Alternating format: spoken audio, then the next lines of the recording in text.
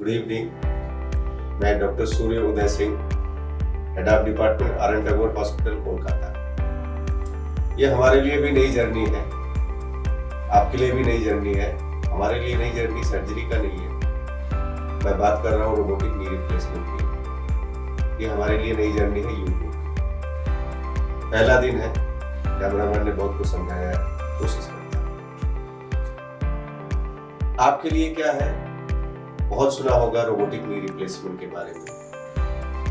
क्या चीज है, क्या एक बार में आ गई है या इसका धीरे धीरे इवोल्यूशन हुआ, धीरे धीरे ये बढ़ा है। अगर आप लोग याद करें नी रिप्लेसमेंट को, तो पहले आपने सुना था कि नहीं, नी रिप्लेसमेंट करने से जो चल पाते थे वो भी नहीं चल पाएंगे। फिर धीरे धीरे थोड़ा मानना शुरू किए, फिर बोलना शुरू किए कि हम 5 साल तक ही चलेगा। फिर ये धीरे धीरे बढ़ता रहा, फिर 10 साल तक लोग मानना शुरू किए, फिर 15 साल तक मानना शुरू किए, फिर 20 साल तक मानना शुरू किए। अब कोई 25 और 30 की भी बात करता है। कैसे? यस, सही है, सारी पुरानी बातें सही हैं। हम लोगों ने एज ए सर्जन इस फील्ड में, हमको आज 25 साल के ऊपर हो गया है। मैंने भी बहुत ऊपर नीचे देखे, बहुत अप्स एंड डाउन्स देखे। वो सारा एक्सपीरियंस मैं अपना शेयर करूंगा। मैं चाहता हूं कि आप मेरे साथ चलें। आपके जितने भी प्रश्न हैं, हम उनका उत्तर दे पाए, ये हमारे लिए जरूरी है। और यहीं से आज अपनी जर्नी स्टार्ट होती है। तो सबसे पहले मैं बात करता हूँ नी रिप्लेसमेंट की। नी रिप्लेसमेंट जब आया था तो मेटल के डिजाइन और बहुत सारे इम्प्रूवमेंट होते रहे। बहुत सारे लोगों ने इसमें अपना योगदान दिया और इसकी जो है इफिकेसी, या हिंदी में बोले तो क्षमता, इसकी बढ़ाते रहे, इसकी ड्यूरेबिलिटी बढ़ाते। उसके बाद अब टेक्नोलॉजी का जमाना आया। पहले तो हमारी स्किल के ऊपर था, कौन सर्जन कितना स्किल्ड है। लोग बहुत दूर दूर तक जाते थे नी रिप्लेसमेंट कराने के लिए, वो सर्जन बहुत अच्छे करते हैं। तो स्किल बेस्ड था, जो सर्जन के ऊपर डिपेंड था। फिर हम आए टेक्नोलॉजी लेके। टेक्नोलॉजी का एक दौर आया, उसी दौर की बात हम करने जा रहे हैं। मैं वो पुरानी बात नहीं करूंगा नी रिप्लेसमेंट की, जो ट्रेडिशनल वे में किया जाता है, लेकिन उसकी बात तो होगी क्योंकि आज भी किया जाता है। हम चाहते हैं दोनों लोगों के लिए, ये मैसेज हमारा सर्जन्स के लिए भी है और ये मैसेज हमारा पेशेंट्स के लिए भी, कि आप टेक्नोलॉजी को अपनाइए। आप अगर याद करिए तो नोकिया में बटन वाला फोन और आज एंड्रॉइड या जो भी फीचर आ गए हैं मोबाइल में, अब आपको क्या वो पुरानी जिंदगी जो है याद होगी कि नहीं, है वो वही ठीक था, नोकिया वाला वही फोन ठीक था? नहीं था। टीवी स्क्रीन देख लीजिए आप, क्या वही टीवी स्क्रीन हो जो आज आपके घर में है, क्या वही ठीक था? ब्लैक एंड व्हाइट से आप कलर में आए, कलर से फ्लैट में आए, तो क्या वही ठीक था कि आज ये कुछ बेहतर है? तो जब इतनी उन्नति बाकी फील्ड में हो चुकी है, तो निश्चित तौर पे चिकित्सा के क्षेत्र में भी उतनी ही उन्नति हुई है। तो हमको डर किस बात का है? उसको अपनाने से। चाहे वो सर्जन हो, ऑपरेशन करने वाला हो, और वो चाहे पेशेंट हो जिसको ऑपरेशन कराना है। तो आइए एक एक करके मैं छोटी छोटी जर्नी बताता हूँ। पहला जो टेक्नोलॉजी का आया है, बहुत सारे आए, लेकिन मैं 3-4 का नाम लूंगा। सबसे पहले आया था नेविगेशन। नेविगेशन आया था। नेविगेशन हमको कैसे सर्जरी, अपनी सर्जरी को कैसे कंट्रोल करना है, या हम अपनी सर्जरी में क्या कर रहे हैं, वो रियल टाइम में वो चेक देता था कि हाँ ठीक है, आपने ये काटा, उसके बाद आपका इतना गैप हुआ, आपका इधर इतना है, ये आपका बैलेंसिंग है। वो क्या करता था, हमारे कामों को वेरीफाई करके, चेक करके करता था। लेकिन वो सिर्फ चेकिंग करके बताता था, हमको खुद मॉडिफाई करना पड़ता था और हर बार वो संभव नहीं होता था। तो धीरे धीरे नेविगेशन का एक दौर खत्म हुआ, फिर कंप्यूटर असिस्टेड सर्जरी का दौर आया। वो दोनों एक ही के पार्ट थे। अब उसके बाद जो नया दौर चल रहा है, बीच में बहुत सारे एडवांसमेंट हुए, बहुत कुछ आया, अभी भी आता जा रहा है। उसके बाद जो एडवांसमेंट हुआ है, उसमें हम आए हैं रोबोट में। रोबोट के बाद भी कुछ आएगा। आना शुरू ही हो गया। लेकिन अभी जो सबसे बेहतरीन टेक्नोलॉजी जिसको कि प्रूवन के हिसाब से आप मान सकते हैं वो है रोबोट। अब रोबोट क्या सब रोबोट एक ही है? नहीं, रोबोट में भी बहुत इवोल्यूशन हुए हैं। पहले रोबोट आया, रोबोट जो है सिर्फ आपको दिखाता है, एक होता है पैसिव रोबोट। अब रोबोट के कुछ हम आपको प्रकार बताते हैं। एक होता है पैसिव रोबोट, एक होता है एक्टिव रोबोट, एक होता है एक्टिव असिस्टेड रोबोट और एक होता है ऑटोमेटिक रोबोट। पैसिव रोबोट क्या होता है? आप उसको पकड़ के जहाँ पे आपको जिग बिठानी होती है, जिग हम यूज करेंगे, थोड़ा मेडिकल टर्म है, या जैसे आपको काटना है तो आपको गाइड करता है, लेकिन काटना आप ही करो। फिर आता है जिसमें रोबोटिक आर्म हुए। रोबोटिक आर्म क्या करता है कि वो आपको जो है काटता है, आपको पकड़ के उसको काटना होता है, लेकिन वो आपको गाइड करता है कितना काटना है। इसको बोलते हैं एक्टिव असिस्टेड रोबोट, इसको हम लोग बोलते हैं। जो नई कहानी लिखी गई रोबोट में, उसने लिखी जब पूरा ऑटोमेटिक रोबोट, यहां से उसने नई कहानी लिखनी शुरू, और वही पूरे इस गेम को चेंज कर दिया उसने। क्योंकि अब यहाँ पे हम रोबोट की बात करेंगे। थोड़ा सा रोबोट का ये बोलना है कि जैसे हम कुछ रोबोट काट रहे हैं, कोई चीज को हम कर रहे हैं, तो क्या होता है कि हम एक लाइन में जाते हैं, फिर हम दूसरे जाते हैं प्लेन में, तो हम दूसरे लाइन में जाते हैं। हर एक प्लेन हमारा डिसाइडेड होता है कि हम ऐसे जाएंगे, ऐसे जाएंगे, ऐसे जाएंगे, लेकिन डिफरेंशियल कट ये नहीं कर पाते। हमको किधर कितना काटना है, कैसे काटना है, इधर इतना काटेंगे, हम कम काटेंगे, हम ज्यादा काटेंगे, इसको हम बोलते हैं डिफरेंशियल कट। पेशेंट की जैसे जरूरत है, हर एक पेशेंट का घुटना एक जैसा नहीं है, तो हर एक पेशेंट को एक तरीके से काट के आप उसका सर्जरी अच्छे से नहीं कर सकते। इसका एग्जांपल हम बोलते हैं, आप लोगों को भी पता होगा, अभी भी हम लोग के रिसर्च में भी निकल के आता है कि 20% पेशेंट जिनको कोई प्रॉब्लम नहीं है, अच्छे से सर्जरी हुई है, सब कुछ ठीक है, नी जॉइंट भी अच्छे से काम कर रहा है, पेशेंट भी चल रहा है, लेकिन पेशेंट हैप्पी नहीं है। अभी जो हैप्पीनेस इंडेक्स है, सर्जन हैप्पी है, उसको लग रहा है कि मेरा एकदम बढ़िया, एक्सरे बहुत अच्छा है, गैप सारे बैलेंस है, हमारा इम्प्लांट अच्छे से बैठा हुआ, कहीं कोई प्रॉब्लम नहीं है, जॉइंट में कोई सूजन नहीं है, कुछ नहीं है, और पेशेंट हैप्पी नहीं है। ये ऐसा हो रहा है, स्टडी में दिख रहा है कि 20% के आसपास, 18 से 20% पेशेंट हैप्पी नहीं रह पा रहे। तो वहां से फिर आता है कि कुछ और सोचने और समझने की जरूरत है, कुछ और ऐसा हमको जानना है या कुछ करना है जो कि ये पेशेंट सब ठीक होते हुए भी हैप्पी क्यों नहीं है। ये अगर हम पुराने तरीके से, जिसको हम बोलते हैं कन्वेंशनल तरीके से, जब हम अपने हाथ से करते थे, उसमें संभव नहीं हो पा रहा। वो परसेंटेज वैसे का वैसे बना हुआ था। सबसे पहले हैप्पी किसको होना होता है? सबसे पहले हैप्पी सर्जन को होना होता है, उसने अपना ऑपरेशन कैसे किया, तो वो तो जब किया तो उसको दिख गया कि हमने अच्छा ऑपरेशन किया, लेकिन सबसे इंपॉर्टेंट किसको हैप्पी होना होता है? इन प्रोडक्ट आपका पेशेंट है। अगर वो हैप्पी नहीं हुआ तो आप कितना भी हैप्पी हो जाइए एज ए सर्जन, आपका रिजल्ट जो है ये माना जाएगा कि नहीं, अच्छा नहीं हुआ। अब आइए दूसरी चीज पे।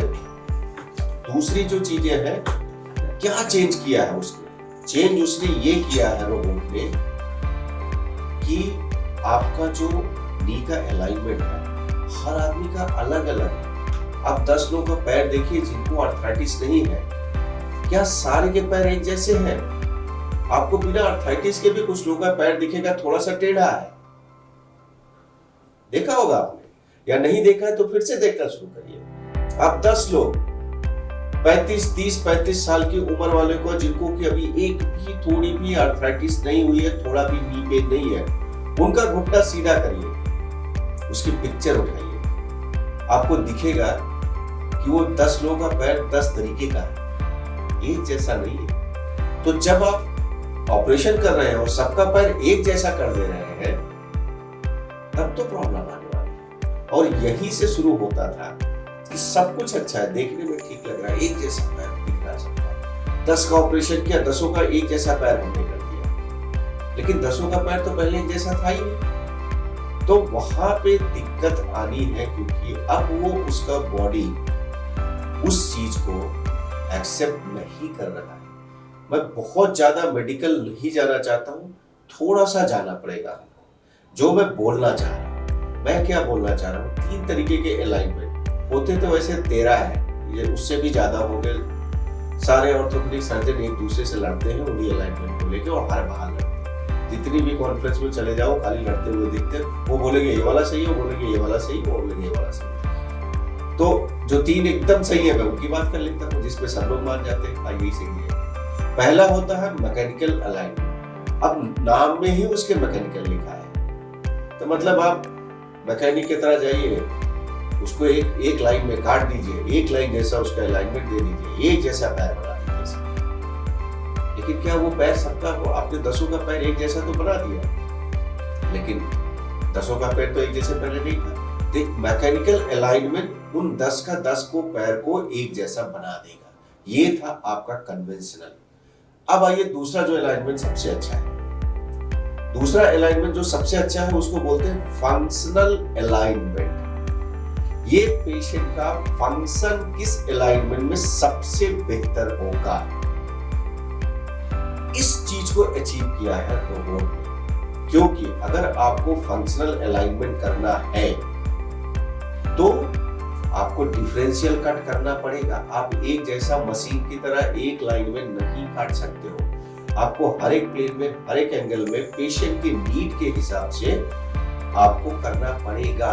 और ये आप जानेंगे कैसे, ये हम बाद में बताएंगे। तीसरा आता है एक काइनेमेटिक अलाइनमेंट, जो और भी ऊपर की बात है। ये तो इसकी बात मैं नहीं करूंगा क्योंकि ये बहुत ज्यादा मेडिकल टर्म में चला जाएगा। लेकिन अगर काइनेमेटिक अलाइनमेंट लेना है तो ये सिर्फ और सिर्फ ऑटोमेटिक रोबोट से ही पॉसिबल है, और कोई दूसरे तरीके से आप उसको पाने जाएंगे तो मुश्किल है। इसको जितना ऑटोमेटिक रोबोट जितना बढ़िया ले सकता है, उतना और कोई पद्धति इस काइनेमेटिक अलाइनमेंट को लेने में बहुत मुश्किल होगी और एरर्स ज्यादा होगी। तो मैं सिर्फ इस पे आता हूं कि फंक्शनल अलाइनमेंट।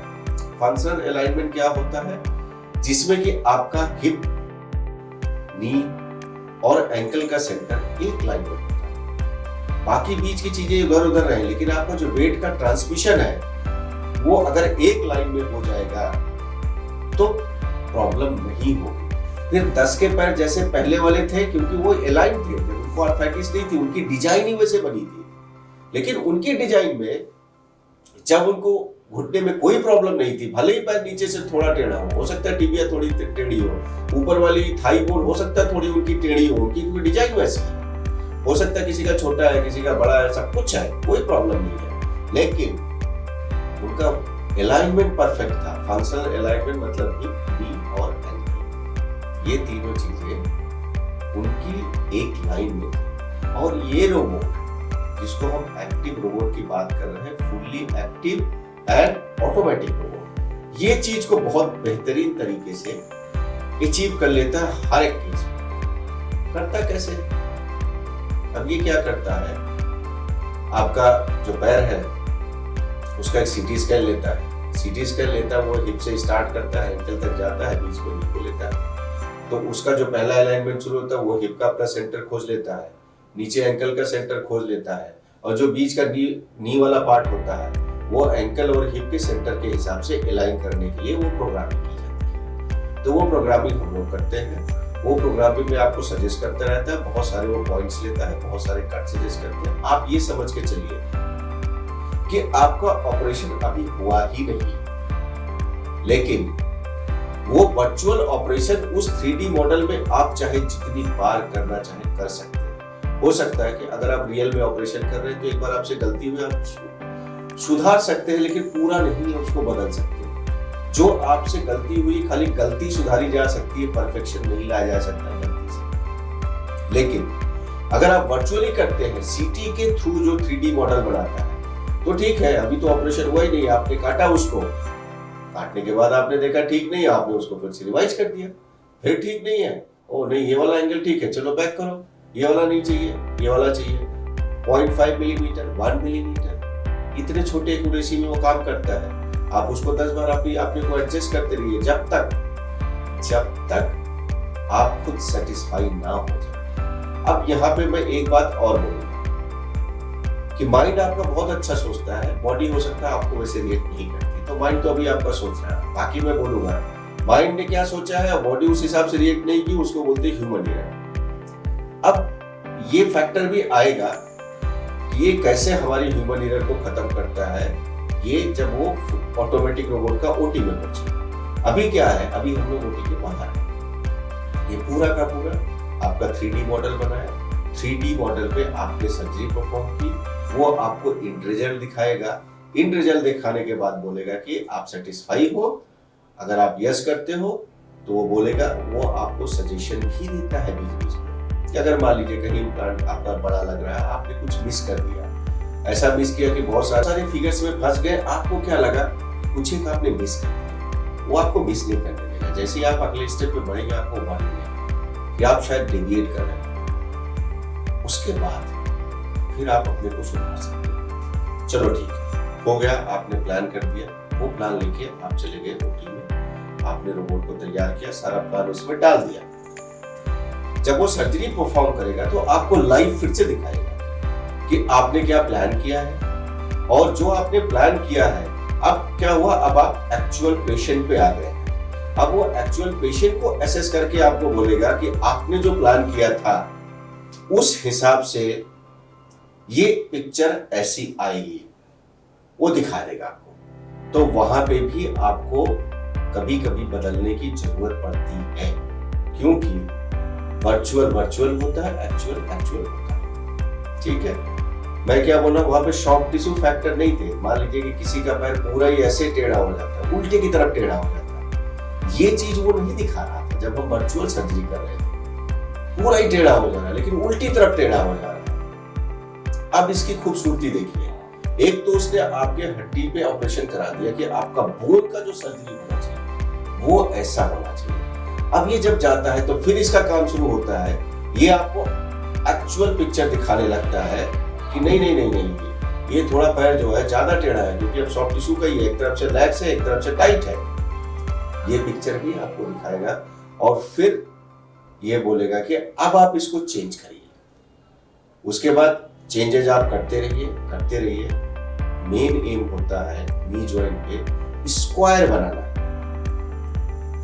स्क्वायर वो आपको बना देगा और स्क्वायर इतने अच्छे से बनाता है क्योंकि ये 0.5 और 1 मिलीमीटर पे कट करता है। वर्चुअली, मैनुअली, आई से देख के, गेस करके या किसी चीज से मेजर करके पॉसिबल नहीं होता है कि आप 1 मिलीमीटर या 0.5 मिलीमीटर को समझ भी सके, लेकिन वो समझ जाता है। वो अगर उसने बोला कि 0.1 मिलीमीटर आप इधर से काट लीजिए, 1 मिलीमीटर आप इधर कम काटिए, इधर 0.5 मिलीमीटर ज्यादा काटिए, तो वो 1 मिलीमीटर के डिफरेंस में ही काटेगा।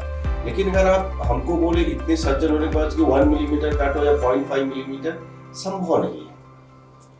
कभी कभी वो 2 हो जाता है, 1 का 2 हो जाता है, 2 का 1 हो जाता है, होता रहता है, हम लोग एडजस्ट करते रहते हैं। तो अब क्या हुआ, वो आपको रियल वे में भी दिखाया कि आपका नी का अलाइनमेंट ये है और अगर आपको अचीव करना है स्क्वायर तो आप अपने कट वहां पे ठीक से फिर से प्लान कर लीजिए और ये पूरा मौका देता है और आपसे कराता है। अब आता है तीसरी बात, ऑपरेशन।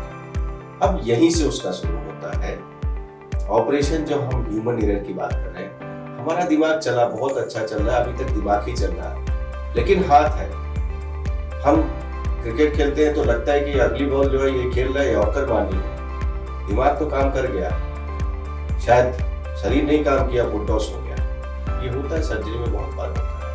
बट जो बॉलिंग मशीन होती है उसको बोलो कि यॉर्कर मारना है तो 6 की 6 क्या 600 बॉल यॉर्कर मारेगा और जहां बोलोगे वहीं मारेगा। ये इसका काम है, ये ह्यूमन एरर को खत्म कर देता है। उसके बाद ये पूरी सर्जरी परफॉर्म करेगा, अपने से ही करता है, इसीलिए इसको बोला जाता है ऑटोमेटिक रोबोट। वर्ल्ड का शायद फर्स्ट ऑटोमेटिक रोबोट है जो रिप्लेसमेंट में आजकल यूज होता है। अब पूरा सर्जरी उसने परफॉर्म किया, यहीं पे ये खत्म नहीं होता, ये फिर से आपको चेक कराता है कि ये सर्जरी गई कैसे। आप उसको उसको पूरा ऑपरेशन में दोबारा जो है उसको चेक कर सकते हैं और अपने से आगे बढ़ सकते हैं। अब फिर बात आती है कि जब पूरा ऑटोमेटिक है तो क्या हमारे कंट्रोल के बाहर है? रोबोट तो हमने पिक्चर देखी है, वो चिट्ठी वाला याद ही होगा सबको, ही रेड चिप आके लगा दिया, बोला कि भैया अब हम ऐसे नहीं, हम ऐसे जो बनाया हम उसी को मार देंगे। इसके साथ ऐसा नहीं है, ये सारी बात आप ही की सुनता है और जहां आपको समझ में आए अच्छा वहां पे इसको रोक दीजिए और फिर वापस जाने को बोलता है। आप वापस चले जाइए, 2 स्टेप आपको पीछे जाना है, वो 2 स्टेप पीछे चला जाएगा। फिर वहां पे अगर आपको चेंज करना है, आपको लगा कि करते करते आपको कहीं लगा कि नहीं ये उतना थोड़ा हमको और चेंज चाहिए, फिर ये वापस जाएगा, वहां से चेंज करके फिर वो जहां से आपने छोड़ा था वहीं से अपना ऑपरेशन फिर से स्टार्ट करेगा। चीजें सब याद रखता है, हर एक स्टेप पे आपको मौका देता है, आप अपने प्लान को बदल सकते हो। अब अगर इतनी फ्लेक्सिबिलिटी हमको ये दे रहा है तो आप ये मान के चलिए जब हम सर्जरी से निकलते हैं तो हम सेटिस्फाइड ही नहीं, बहुत ज्यादा सेटिस्फाइड होते हैं। और अगर ऐसे ही सर्जरीज होती रही रोबोट के थ्रू तो जो हमारा पेशेंट सेटिस्फैक्शन इंडेक्स है जो अभी भी स्थिर है 18 से 20% में कि पेशेंट सेटिस्फाइड नहीं है, उनका सर्जरी में कोई प्रॉब्लम नहीं है, वो इंडेक्स हम धीरे धीरे कम करते रहेंगे। जैसे जैसे हमारी लर्निंग बढ़ेगी, जैसे जैसे हमारा एडवांसमेंट बढ़ेगा, वैसे वैसे वो फैक्टर को हम नीचे लाते रहेंगे। तो यहाँ पे 2 लोगों को जरूरत है जानने की रोबोट के बारे में, एक है डॉक्टर, दूसरा है पेशेंट। दोनों को ही आगे आना है, दोनों को ही आगे बढ़ना है, जिससे कि हम टेक्नोलॉजी को आत्मसात कर सके और हम इसको लेके इसका लाभ उठा सके। हम और भी बताएंगे रोबोट के और क्या क्या फायदे होते हैं। शायद हम इसमें बहुत कुछ छोड़ चुके हैं, हम बहुत कुछ बोलना चाहते थे नहीं बोल पाए होंगे, इसलिए हम बोलेंगे कि आप हमसे प्रश्न पूछिए। जब आप हमसे सवाल पूछेंगे तो हम उसका उत्तर दे पाएंगे और ये जो भूली हुई बातें हैं जो शायद हम बोलना चाहते थे और नहीं बोल पाए हैं उसको हम दोबारा पूरा करेंगे। धन्यवाद, थैंक यू।